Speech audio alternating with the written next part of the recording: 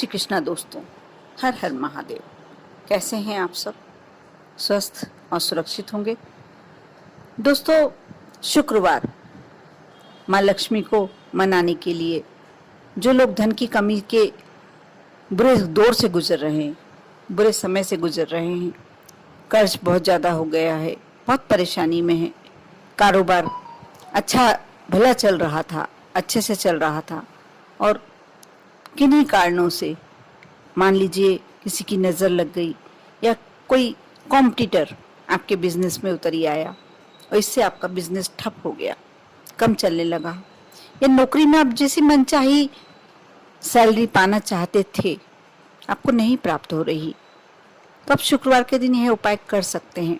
यदि बरकत नहीं है, धन आ रहा है, आपको जो जितना पैसा आपके लिए जरूरी है मिल भी रहा है, लेकिन बरकत नहीं है घर में, तो पैसा पूरा नहीं पड़ पा रहा, अनावश्यक खर्चे बंधे हुए हैं, कहीं ना कहीं ऐसा खर्च आ जाता है, बड़ा खर्च आ जाता है कि आपको पैसे खर्च करना ही पड़ता है और अंत में होता ऐसा है कि जो हमारे लिए सुविधा की आवश्यकता के लिए वस्तुएं होती हैं वह हम नहीं स्वयं नहीं खरीद पाते हैं, हमारे बच्चों की इच्छाएं पूरी नहीं कर पाते हैं, हमारे घर में जो आवश्यकता है उसे पूरी नहीं कर पाते हैं। ऐसे में कहीं ना कहीं उदासी हमें घेरती ही घेरती है। यदि ऐसा है तो जो मैं शुक्रवार के दिन उपाय बता रही हूँ अवश्य कर कर देखें। जैसा कि मैंने पहले बताया कि शुक्रवार का दिन माँ लक्ष्मी का दिन होता है, माँ लक्ष्मी की पूजन का दिन होता है और शुक्रवार को जब आप माँ लक्ष्मी को प्रसन्न करने के लिए छोटे छोटे कार्य भी करते हैं तो माँ लक्ष्मी प्रसन्न होती ही होती हैं। और शुक्रवार की शाम का समय माँ लक्ष्मी का भ्रमण का समय होता है। 7 बजे के बाद आप जो भी कार्य माँ लक्ष्मी को प्रसन्न करने के लिए, और आप सभी जानते हैं माँ लक्ष्मी का वाहन उल्लू होता है और वह रात्रि में शाम से रात्रि तक भ्रमण करने के लिए माँ को लेकर निकलता है। और उस समय जब भक्त अपने घर में बैठकर माँ लक्ष्मी का आह्वान करते हैं, माँ का आह्वान करते हैं, माँ लक्ष्मी अवश्य ऐसे भक्तों पर अपनी कृपा बनाती है, उनके घर में प्रवेश करती है। दोस्तों, हम लोगों के शरीर में सबसे ज़्यादा पावरफुल हमारा कौन सा अंग हो सकता है? आप यदि जानते हो या नहीं भी जानते हो, नाभि स्थल। हर महिला, हर पुरुष का, हर बच्चे का नाभि स्थल, कहते हैं नाभि से ही हमारा पूरा शरीर क्रियाशील हो। ऐसा कहा भी जाता है कि नाभि से ही हमारे शरीर की पूरी मैनेजमेंट चलता है, पूरी क्रियाएं चलती हैं।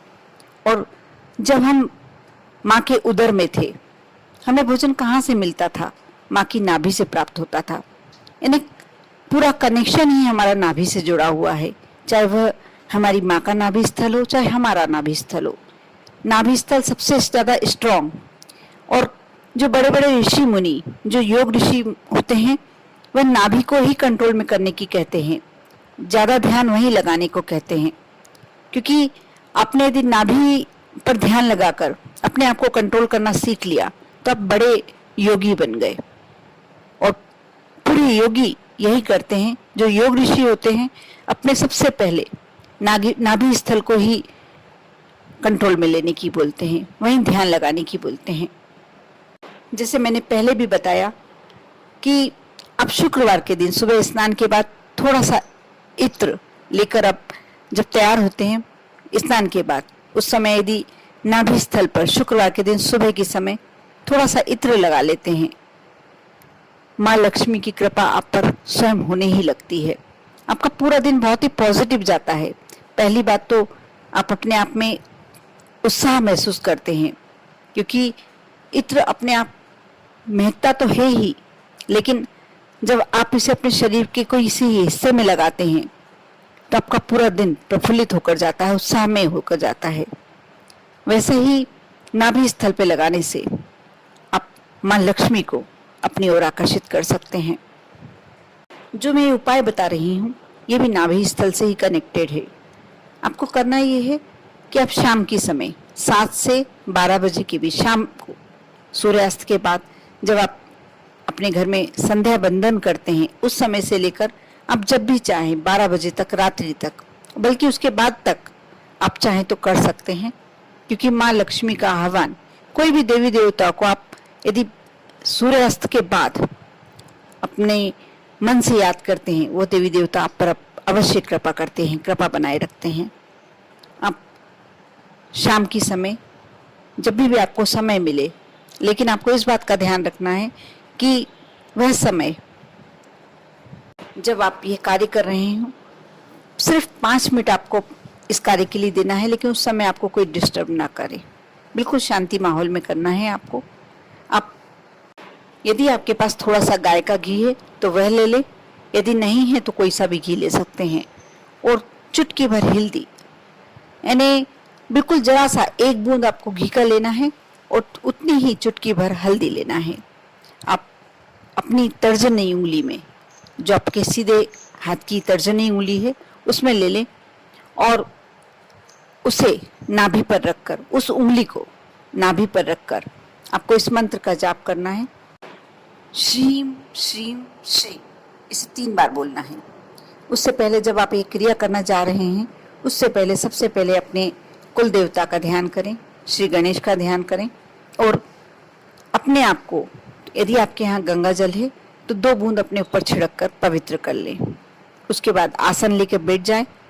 उत्तर की ओर आपका फेस होना चाहिए, डायरेक्शन आपका उत्तर या पूर्व दिशा की ओर होना चाहिए और आराम से बिल्कुल बैठ जाएं आप आसन पर। उसके बाद सबसे पहले अपने आप को पवित्र करें। थोड़ा सा गंगा जल ले लें अपने हाथ में, यदि गंगा जल नहीं है तो सादा जल ले लें, अपने ऊपर छिड़कें और अपने आप को पवित्र करें। उसके बाद आप तर्जनी उंगली में हल्दी और थोड़ा सा घी लगा लें और अपने पितृ देवता, अपने कुल देवता श्री गणेश जी सबका ध्यान करें, मनी मन उन्हें उनका आह्वान करें। उसके बाद वो तर्जनी उंगली अपनी नाभि पर रखें। उसके बाद अपना दूसरा लेफ्ट हैंड है, अपनी ये जो तर्जनी उंगली हल्दी और घी लगाकर करी है, वो आपको राइट हैंड की लेना है। उसके बाद अपने उल्टे हाथ से उस उंगली पर पूरा प्रेशर डालें, उसे ढक लें, कवर कर दें और आप 3 बार श्रीम श्रीम श्रीम इस मंत्र को बोलें। इस मंत्र को बोलते समय आपको पूरा ध्यान नाभि स्थल पर लगाना है। ऐसा लगना चाहिए कि आप नाभि से कुछ चीज अंदर लेने की कोशिश कर रहे हैं। ये एक तरह से आप माँ लक्ष्मी को अपने अंदर प्रवेश करने की बोल रहे हैं, अपने घर में प्रवेश करने की बोल रहे हैं। आंख बंद कर ध्यान करें। जब ये कार्य, इतना कार्य कर चुके, आपको हाथ वैसे ही रखे रहना है, दोनों हाथ। उसके बाद इस मंत्र का जाप करना है कम से कम 5 मिनट। जरूरी नहीं है आपको समय देखकर करना है, आप ये भी जरूरी नहीं है, माला तो आप ले ही नहीं सकते क्योंकि आपके दोनों हाथ नाभि पर हैं। इसलिए आप एक मन में थोड़ा सा समय, एक लगभग समय लेकर चलें, मन में सोच के चलें कि मुझे इतनी देर करना है और इस मंत्र का जाप करें। ओम नमो लक्ष्मी नारायणा। इसका लगातार आप जाप करते रहें कुछ देर तक। जब आपको लगे कि आपका समय हो गया है, आपने कर लिया है, उसके बाद आंखें खोलें। धीरे से नाभि पर जो आपने लेफ्ट हैंड रख के रखा है उसे हटाएं।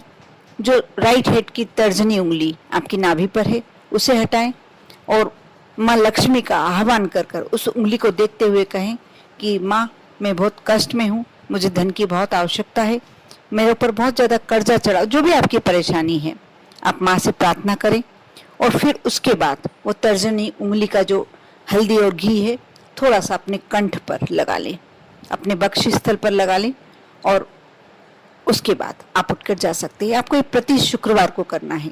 ये कार्य आपको हर शुक्रवार को कुछ समय तक करना है। आपको 2-3 शुक्रवार के बाद इसका प्रतिफल मिलना शुरू हो जाएगा। कहीं ना कहीं से आपको धन आने के रास्ते नजर आने लगेंगे। लगने लगेगा कि आपको कोई, हो सकता है बिजनेस का कोई नया आइडिया आपके मन में आ जाए, कोई नई नौकरी आपको मिल जाए, या कोई कुछ भी हो सकता है। आपकी दुकान, जो आपका कारोबार धीरे धीरे ठप होता जा रहा था, वो अच्छा चलने लगे, या कोई आपके बच्चों को अच्छी जॉब मिल जाए। कहीं ना कहीं से आपको पैसे आने का, धन आने का स्रोत लगने लगेगा। कर देखिए, विश्वास बनाए रखें और श्रद्धा बनाए रखें। बहुत ही अचूक उपाय है, मैं कहूंगी यदि ब्रह्मास्त्र भी कहा जाए तो भी कम नहीं है।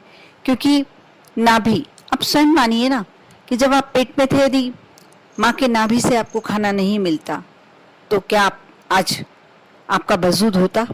आप किसी को बता पाते कि हम ये हैं? आपका कोई नाम नहीं होता, आप दुनिया में नहीं होते।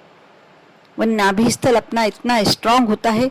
और आपने सुना भी होगा, आप जानते भी होंगे कि ऋषि मुनि जो होते हैं सबसे ज्यादा नाभि पर ध्यान केंद्रित करने का बोलते हैं, क्योंकि सबसे स्ट्रांग पार्ट। और जब हम उस स्थल से उस जगह को अपना स्ट्रांग कर कर जो भी चीज अंदर खींचते हैं वह स्वयं स्वयं आपके पास चली आती है। बस आपको कोशिश अवश्य करना है और प्रयास करते समय आप इस बात का ध्यान रखें कि आपका ध्यान पूरी तरह से माँ पर होगा, लक्ष्मी पर होगा। आप यदि ये कार्य करते हैं, आप देखना कहीं ना कहीं से आपको धन आने के स्रोत दिखाई देने लगेंगे। कर देखें, विश्वास बनाए रखें, श्रद्धा बनाए रखें। आप पर और आपके पूरे परिवार पर माँ लक्ष्मी की कृपा हमेशा बनी रहे। ओम नमः शिवाय।